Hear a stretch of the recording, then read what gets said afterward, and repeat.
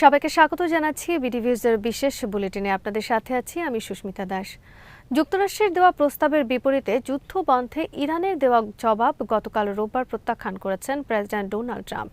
এর আগে মধ্যস্থতাকারী দেশ পাকিস্তানের মাধ্যমে নিজেদের জবাব দিয়েছিল তেহরান। কোনো বিস্তারিত তথ্য না দিয়ে নিজের মালিকানাধীন সামাজিক যোগাযোগ মাধ্যম ট্রুথ সোশ্যালে ট্রাম্প লিখেছেন, আমি মাত্রই ইরানের তথাকথিত প্রতিনিধিদের পাঠানো জবাবটি পড়লাম। এটা আমার পছন্দ হয়নি, পুরোপুরি অগ্রহণযোগ্য। ইরানের রাষ্ট্রীয় টেলিভিশনের বরাতে রাষ্ট্রীয় গণমাধ্যমগুলো জানিয়েছে, তেহরানের দেওয়া জবাবে সব ফ্রন্টে যুদ্ধ বন্ধ করা, বিশেষ করে লেবানন পরিস্থিতি ও হরমুজ প্রণালী দিয়ে জাহাজ চলাচলের নিরাপত্তার উপর গুরুত্ব দেওয়া হয়েছে। তবে গুরুত্বপূর্ণ এই সমুদ্রপথ কিভাবে বা কখন আবার খুলে দেওয়া হতে পারে সে বিষয়ে কোনো ইঙ্গিত দেওয়া হয়নি। যুক্তরাষ্ট্রের পক্ষ থেকে একটি প্রস্তাব দেওয়া হয়েছিল। এর পরিপ্রেক্ষিতে পারমাণবিক কর্মসূচি সহ বিবাদমান আরও কিছু বিষয় নিয়ে আলোচনা শুরুর আগে লড়াই বন্ধের বিষয়ে তেহরান এই জবাব দিল। ইরানের আধা সরকারি বার্তা সংস্থা তাসনিম জানিয়েছে, তেহরানের প্রস্তাবের মধ্যে রয়েছে সব ফ্রন্টে অবিলম্বে যুদ্ধ বন্ধ করা, যুক্তরাষ্ট্রের নৌ অবরোধ প্রত্যাহার, ইরানের ওপর আর কোনো হামলা না চালানোর নিশ্চয়তা এবং ইরানি তেল বিক্রিতে মার্কিন নিষেধাজ্ঞা সহ দেশটির ওপর থেকে সব ধরনের নিষেধাজ্ঞা প্রত্যাহার করা। দ্য ওয়াল স্ট্রিট জার্নাল নাম প্রকাশ না করার শর্তে সূত্রের বরাতে জানিয়েছে, ইরান তাদের উচ্চমাত্রা সমৃদ্ধ ইউরেনিয়ামের কিছু অংশের মাত্রা কমিয়ে আনা এবং অবশিষ্ট অংশ তৃতীয় কোনো দেশে স্থানান্তরের প্রস্তাব দিয়েছে। পাকিস্তান ইরানের এই জবাব যুক্তরাষ্ট্রের কাছে পৌঁছে দিয়েছে বলে একজন পাকিস্তানি কর্মকর্তা জানিয়েছে। এ বিষয়ে যুক্তরাষ্ট্রের পক্ষ থেকে তাৎক্ষণিক কোনো মন্তব্য পাওয়া যায়নি। বেইজিং বৈঠকে ট্রাম্প ও শি ইরান ও বাণিজ্য নিয়ে আলোচনা করবেন বলে আশা করা হচ্ছে। মার্কিন প্রেসিডেন্ট ডোনাল্ড ট্রাম্প আগামী 13 থেকে 15 মে চীন সফরে যাচ্ছেন, যেখানে তিনি চীনের প্রেসিডেন্ট শি জিনপিং এর সঙ্গে বৈঠক করবেন। সোমবার বেইজিং আনুষ্ঠানিকভাবে এই সফরের ঘোষণা দেয়। ট্রাম্পের দ্বিতীয় মেয়াদে এটি হবে তার প্রথম চীন সফর এবং বৈঠকে মূলত ইরান যুদ্ধ, যুক্তরাষ্ট্র চীন বাণিজ্য উত্তেজনা, তাইওয়ান ইস্যু এবং বৈশ্বিক অর্থনৈতিক পরিস্থিতি নিয়ে আলোচনা হওয়ার কথা রয়েছে।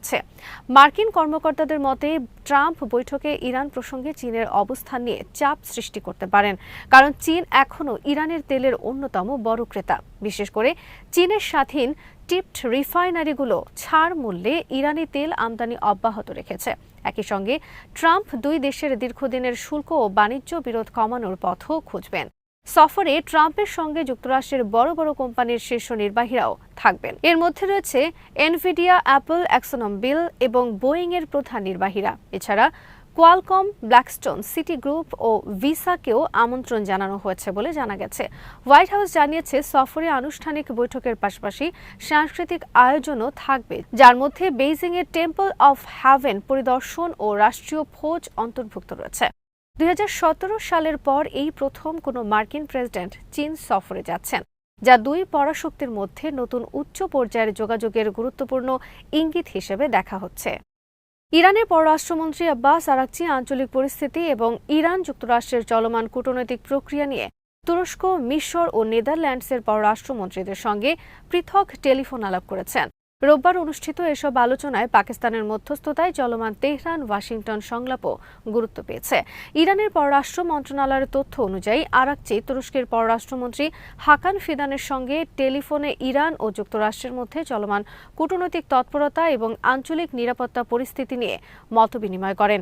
আলোচনায় পাকিস্তানের মধ্যস্থতায় এগিয়ে চলা সংলাপ প্রক্রিয়ার সাম্প্রতিক অগ্রগতি নিয়েও আলোচনা হয়। উভয় পক্ষ মধ্যপ্রাচ্যে স্থিতিশীলতা বজায় রাখার গুরুত্বের উপর জোর দেন। অন্যদিকে নেদারল্যান্ডসের পররাষ্ট্রমন্ত্রী টম ব্রেনসনের সঙ্গে কথোপকথনে আরাকচি দ্বিপক্ষীয় সম্পর্ক, ইউরোপীয় কূটনৈতিক অবস্থান এবং অঞ্চলের সাম্প্রতিক উত্তেজনা নিয়ে আলোচনা করেন।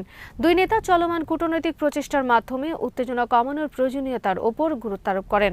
এছাড়া মিশরের পররাষ্ট্রমন্ত্রী বদর আবদেল্লাতির সঙ্গেও আরাকচি ফোনালাপ করেন।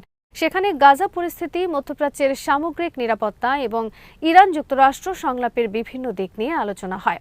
উভয় দেশ আঞ্চলিক সংঘাতের বিস্তার রোধ এবং রাজনৈতিক সমাধানের পক্ষে অবস্থান পুনর্ব্যক্ত করে। বিশ্লেষকদের মতে, বিভিন্ন দেশের পররাষ্ট্রমন্ত্রীদের সঙ্গে ধারাবাহিক যোগাযোগের মাধ্যমে ইরান কূটনৈতিক তৎপরতা বাড়াচ্ছে এবং সম্ভাব্য সমঝোতার পথ খুঁজছে। বিশেষ করে পাকিস্তানের মধ্যস্থতায় ইরান যুক্তরাষ্ট্র আলোচনা নতুন গতি পেয়েছে বলে ধারণা করা হচ্ছে। ইসলামী বিপ্লবের নেতা আয়াতুল্লাহ সাইয়েদ মুস্তফা খামেনি ইরানের সশস্ত্র বাহিনীর যুদ্ধ প্রস্তুতি ও অপারেশনাল সক্ষমতা আরও জোরদারের জন্য নতুন নির্দেশনা দিয়েছেন। তিনি সম্ভাব্য হুমকি মোকাবেলায় সর্বোচ্চ প্রস্তুতি বজায় রাখার উপর গুরুত্ব আরোপ করেন। ইরানের খাতাম আল আনবিয়া সেন্ট্রাল হেডকোয়ার্টার্সের commander major general Ali Abdollahi নেতার সঙ্গে এক বৈঠকে দেশটির সামরিক বাহিনীর প্রস্তুতি নিয়ে বিস্তারিত প্রতিবেদন উপস্থাপন করেন। প্রতিবেদনে ইরানের সেনাবাহিনী, ইসলামিক রেভলিউশনারি গার্ড কর্পস, আইন শৃঙ্খলা বাহিনী, সীমান্তরক্ষী ইউনিট, প্রতিরক্ষা মন্ত্রণালয় এবং বাসিজ স্বেচ্ছাসেবক বাহিনীর সার্বিক অবস্থা তুলে ধরা হয়। জেনারেল আবদুল্লাহি জানান, ইরানের সব বাহিনী যুদ্ধ মনোবল, প্রতিরক্ষামূলক ও আক্রমণাত্মক সক্ষমতা, কৌশলগত পরিকল্পনা এবং আধুনিক অস্ত্র ও সরঞ্জামের দিক থেকে উচ্চ পর্যায়ের প্রস্তুতিতে রয়েছে। তিনি সতর্ক করে বলেন, যুক্তরাষ্ট্র ও জায়নিস্ট শত্রুদের যে কোনো কৌশলগত ভুল, আগ্রাসন বা হামলার জবাব ইরান দ্রুত, শক্তিশালী ও সিদ্ধান্তমূলকভাবে দেবে। তিনি আরও বলেন, ইরানের সশস্ত্র বাহিনী সর্বোচ্চ নেতার নির্দেশনা মেনে চলতে সম্পূর্ণ প্রতিশ্রুতিবদ্ধ এবং দেশের স্বাধীনতা, ভৌগোলিক অখণ্ডতা, জাতীয় স্বার্থ ও ইসলামী বিপ্লবের আদর্শ রক্ষায় শেষ নিঃশ্বাস পর্যন্ত লড়াই চালিয়ে যাবে। একই সঙ্গে তিনি দাবি করেন, শত্রুদের যে কোনো ষড়যন্ত্র বা আগ্রাসী পরিকল্পনাকে ইরান ব্যর্থ করে দেবে। বৈঠকের নেতা ইরানের সাহসী ও দক্ষ সশস্ত্র বাহিনীর প্রশংসা করেন। তিনি উল্লেখ করেন, যুক্তরাষ্ট্র ও ইসরায়েলের আরোপিত যুদ্ধ পরিস্থিতি নিয়ে তার পূর্ববর্তী নির্দেশনাগুলো আল্লাহর রহমতে বড় ধরনের সাফল্য এনে দিয়েছে এবং শত্রুদের লক্ষ্য অর্জন ব্যর্থ হয়েছে। সবশেষে আয়াতুল্লাহ খামেনি ভবিষ্যৎমুখী নতুন নির্দেশনা জারি করেন, যাতে সামরিক অভিযান অব্যাহত রাখা এবং শত্রুদের বিরুদ্ধে আরও কার্যকর ও দৃঢ় প্রতিক্রিয়া নিশ্চিত করার উপর গুরুত্ব দেওয়া হয়। ইরান ঘোষণা করেছে যে যুক্তরাষ্ট্র যুদ্ধবিরতি চুক্তি লঙ্ঘন করে হরমুজ প্রণালীর কাছে ইরানি তেলবাহী জাহাজ ও বেসামরিক উপকূলীয় এলাকায় হামলা চালিয়েছে। তেহরান সতর্ক করে দিয়েছে, ভবিষ্যতে এ ধরনের কোনো আগ্রাসন হলে তার জবাব কঠোর ও বিধ্বংসী হবে। ইরানের খাতাম আল আনবিয়া সেন্ট্রাল হেডকোয়ার্টার্সের এক মুখপাত্র জানান, জাস্ক উপকূলীয় এলাকা থেকে হরমুজ প্রণালীর দিকে অগ্রসর হওয়া একটি ইরানি তেলবাহী ট্যাঙ্কারে মার্কিন বাহিনী হামলা চালায়। একই সময় সংযুক্ত আরব আমিরাতের ফুজাইরাহ বন্দরের কাছে প্রণালীতে প্রবেশ করা আরেকটি জাহাজও লক্ষ্যবস্তুতে পরিণত হয়। এছাড়া বন্দর খামির, সিরিক ও কেশম দ্বীপের উপকূলীয় বেসামরিক এলাকায় মার্কিন বিমান হামলা চালানো হয়েছে বলে অভিযোগ করেন ইরান। ইরানি সামরিক মুখপাত্রের দাবি, হামলার পরপরই ইরানের সশস্ত্র বাহিনী পাল্টা জবাব দেয় এবং হরমুজ প্রণালীর পূর্বাংশ ও চাবাহার বন্দরের দক্ষিণে অবস্থানরত মার্কিন নৌবাহিনীর জাহাজগুলোর ওপর আক্রমণ চালায়। তিনি বলেন, এই অভিযানে মার্কিন নৌ ইউনিটগুলো ভারী ক্ষতির মুখে পড়ে। একই সঙ্গে তেহরান স্পষ্ট করে জানায়, যুক্তরাষ্ট্র ও তাকে সহযোগিতাকারী দেশগুলোকে বুঝতে হবে যে ইরান কোনো আগ্রাসনের জবাব দিতে দ্বিধা করবে না। ইরানি রাষ্ট্রীয় টেলিভিশন জানায়, পাল্টা হামলার পর মার্কিন বাহিনী পিছু হটতে বাধ্য হয়। তাসনিম নিউজ এজেন্সির প্রতিবেদনে বলা হয়, ইরানি নৌবাহিনীর ক্ষেপণাস্ত্র ও ড্রোন হামলায় 3টি মার্কিন ডেস্ট্রয়ার লক্ষ্যবস্তুতে পরিণত হয় এবং পরে সেগুলো ওমান সাগরের দিকে সরে যায়।